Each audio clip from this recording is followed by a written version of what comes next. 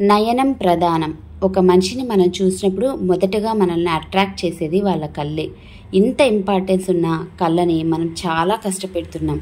టీవీలు చూస్తూ, మొబైల్స్ చూస్తూ కంటికి కళ్ళల్లో నీరు కారటము, కళ్ళు ఎరుపెక్కటము, లేని సమస్యల్ని తీసుకురావటము, సైట్ని ఇంక్రీజ్ చేసుకోవటము, సైట్ ఉన్న వాళ్ళు, సైట్ లేని వాళ్ళు కొత్తగా సైట్ని తెచ్చుకోవటము, ఇంకా పెద్దవాళ్ళకైతే శుక్లాలు రావటము, ఇలా అనేక రకాల సమస్యలను అయితే మనం చూస్తూ ఉన్నాం. ఇన్ని సమస్యలు వస్తాయని తెలిసినా మనకున్న ఒకే ఒక బ్యాడ్ హ్యాబిట్ మొబైల్స్ని, టీవీలని చూడటం. వీటినైతే మానుకోలేం కదా. కాబట్టి కంటికి ఇవి ఏ సమస్యలు రాకుండా ఉండేలాగా ఒక చిన్న పౌడర్ని అయితే రెడీ చేసుకొని మనం ప్రతిరోజు తీసుకుంటే ఎటువంటి సమస్యలు రావు అనేసి ఆయుర్వేదంలో కూడా ఉంది. ఇది నిజమండి. నేను ఒక వీడియోలో చూశాను, ఒక చిన్న షార్ట్లో నేను ఇది ఎక్కడో చూశాను. సో కొంచెం రీసెర్చ్ చేస్తే ఇది నిజమేనని ఆయుర్వేదంలో ఉంది అని నాకు తెలిసింది. మరి దాన్ని ఎలా రెడీ చేసుకోవాలి, ఎప్పుడు తీసుకోవాలి, ఎవరు తీసుకుంటే మంచిది, ఇవన్నీ చూసేద్దాం. వచ్చేసేయండి.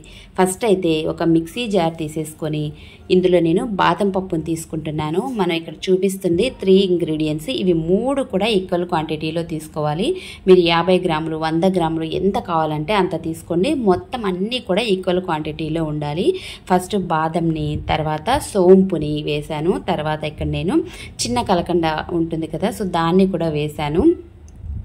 ఎవరైనా డయాబెటిక్ ఉన్న వాళ్ళు ఉంటే, ఊబకాయ సమస్య ఉన్న వాళ్ళు ఉంటే వాళ్ళు ఈ చిన్న చక్కెర ఉంటుంది కదా, చిన్న కలకండ, సో దాన్ని స్కిప్ చేసేసి ఓన్లీ బాదం అలాగే సోంపుని తీసేసుకోండి.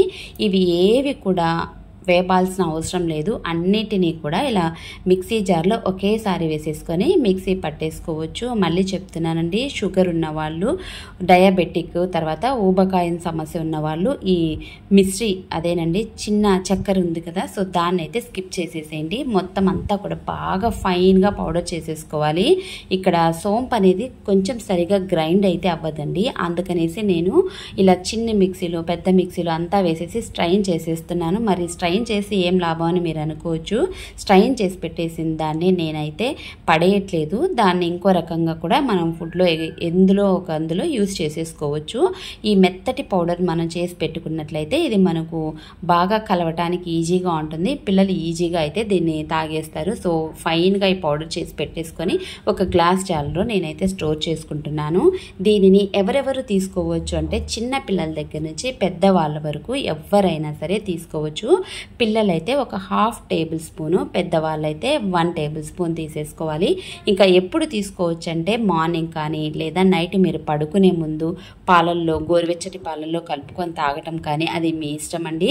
లేదు ఇలా మనకు పాలతో ఇష్టం లేదు, పాలు తీసుకొని వాళ్ళు ఎక్కువ మంది ఉంటారు కదా, డైట్ అది అంటూ ఫాలో అయ్యేవాళ్ళు, సో అలాంటి వాళ్ళు జస్ట్ ఈ పౌడర్ని, ఉత్త పౌడర్ని తీసుకున్నా కూడా సరిపోతుంది. డైరెక్ట్గా ఎప్పుడైనా సరే డేలో మీరు దీన్ని చిన్నపిల్లలు 1/2 టేబుల్ స్పూన్, పెద్దవాళ్ళు 1 స్పూన్ తీసుకుంటే, రెగ్యులర్గా తీసుకుంటే మనకు సైటు, శుక్లాలు, కంటికి సంబంధించిన ఎటువంటి సమస్యలు కూడా మన దరి చేరవు అని చెప్పేసి ఆయుర్వేదంలో అయితే ఉంది.